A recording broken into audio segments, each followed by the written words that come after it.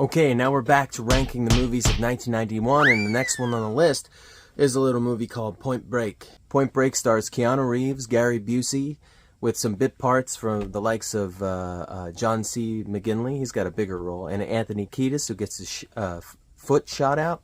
Catherine Bigelow directed this one, and she directed the hell out of it. This is the first time I ever remember seeing what I like to call heightened action, like a heightened action film. Like, you're seeing everything that you normally see in an action film, all of the regular tropes, you know, the gun fights, the foot chases, but you're getting it in a way that you've never seen it before. Like, you want to see like a karate fight? All right, seen that before. Okay, you want to see a karate fight with a naked woman and a bunch of FBI agents where she's going ballistic on them, and there are a bunch of druggies in the house, and the squibs are massive, as they should be. You want to see a foot chase? Okay, I've seen that before. Do you want to see a foot chase through multiple people's houses, where I think a dog might even get chucked? Like just this wild jumping, just running through houses and jumping through windows.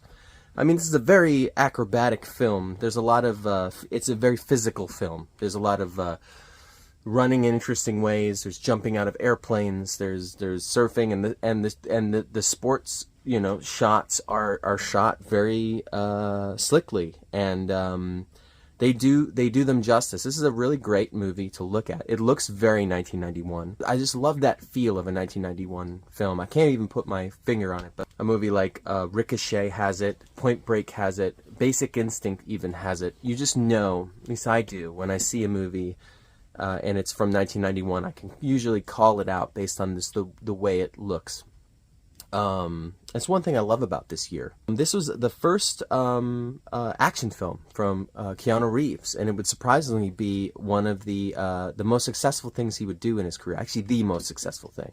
Because you can't even really, I mean, you could say Bill and Ted, fine, but the second movie didn't do too good, and I think the third one did good, but that was years later. What's so funny about his action career is these movies are spread apart pretty significantly. You can call Johnny Mnemonic an action film if you wanted to, but I think it's more, you know, it's a cyberpunk thriller. It's a sci-fi film. It's definitely got some action elements to it, but the action films I'm talking about, the points that you can go in his career are Point Break, where he blew everybody away, right? And he obviously made it clear that he didn't want to do that straightforward action thing. He has turned down action roles throughout his career, and then a resurgence again in Speed, another action film that's still highly regarded today. It holds up. I've watched it again. It definitely holds up. You should check that out if you haven't seen it in a while. And then The Matrix, right? You got the third one, another resurgence. These are all examples of his career kind of falling by the wayside. After Speed, I think that's when he did Johnny Mnemonic. His career wasn't, he was still Keanu Reeves, but, you know, it wasn't doing too great. And then The Matrix happened, and boom, he exploded again. Another dip, and then John Wick happened. And it's like, this guy is an action star. He just wasn't interested in only doing that, so he's only done it. It's almost like he took years off in between each realization that, hey, this is because he's kind of a thrill seeker in his real life, you know, his motorcycle riding, and he loves doing the fighting, as much of his own stunts as possible.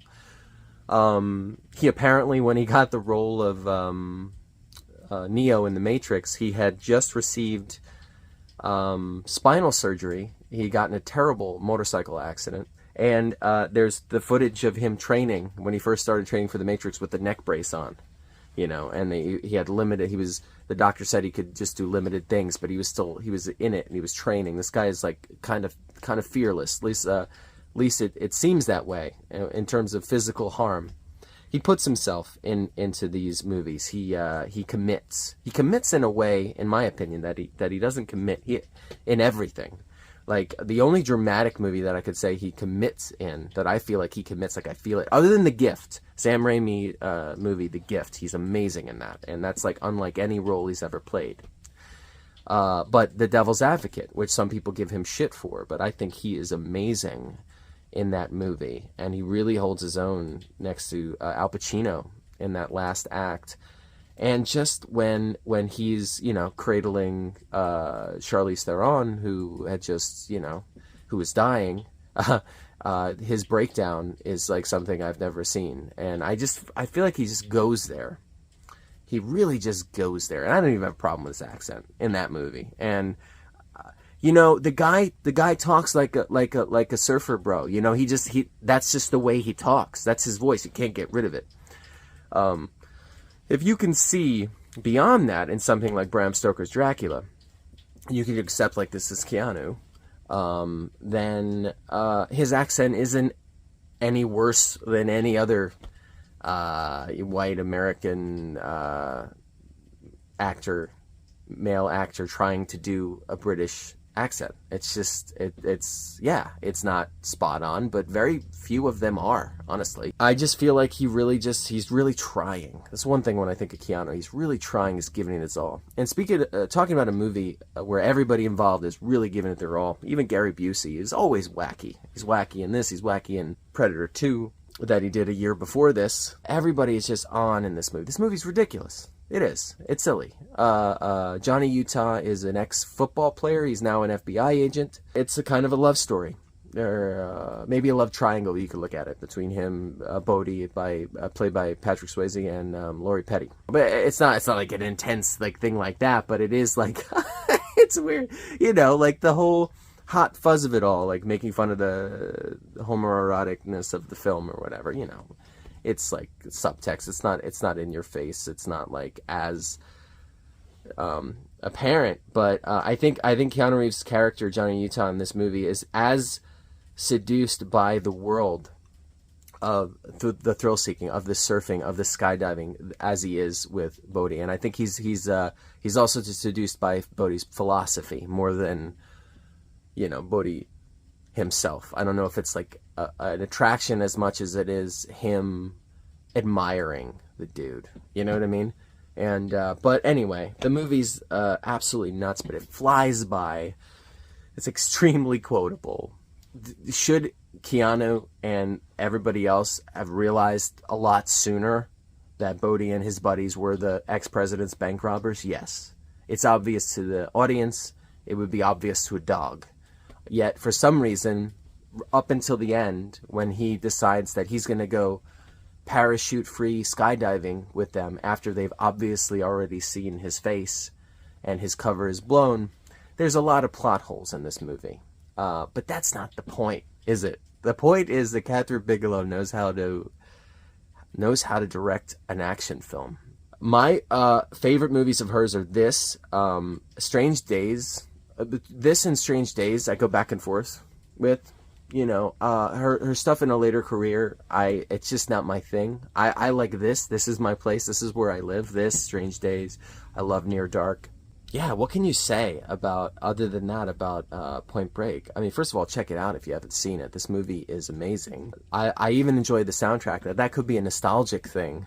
I've seen this movie so many times, and so I can, like, when I think of like the surfing scene, I hear the song, you know, and it's you know, the I Will Not Fall, that song, you know, and the beach football scene when Keanu Reeves, when Johnny Utah is chasing down Bodhi and he tackles him, and that song that's playing, I just, like, I know that I can hear that song. These songs are synonymous with the scenes for me. So I'm never watching the scene thinking, oh, that's out of place. I'm like, no. They're married. They're like, boom. And you can't separate the two. And they're perfect. They complement each other.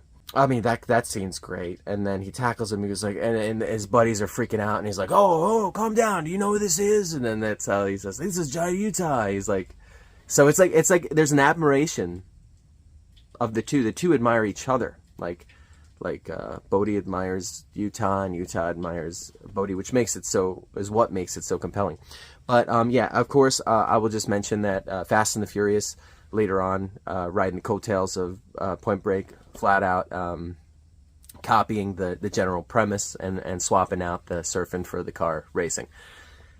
It's apparent, it's obvious. Point Break is a better film than Fast and Furious. Fast and Furious is a fun franchise. I would have loved that to have happened to this movie. I would have loved 10, 11 Point Breaks, be honest with you. And I'm not counting the remake, because I saw the remake. It's okay. It's not this. And it's so unnecessary. And they obviously didn't get it. When you watch Point Break, you get what makes Point Break. And it's not the fucking plot. It's the attitude. It's the style. It's everything that Catherine Bigelow can deliver that most action directors and makers of action films just can't capture in a bottle. They can't do it. They just can't do it as good. And that's just the bottom line. I'm not saying she's the only one, but she's on a fucking list. She's on a list, and either you're on the list or you're not. And the bottom line is this movie is powerhouse for sure. So I will go ahead and just say this movie is a classic. The movie's classic. There's no denying the classic nature that is Point Break. Thank you very much for your time. Feeling good, feeling great. In fact, I've never been to a beautiful day. Such a change this past and weather.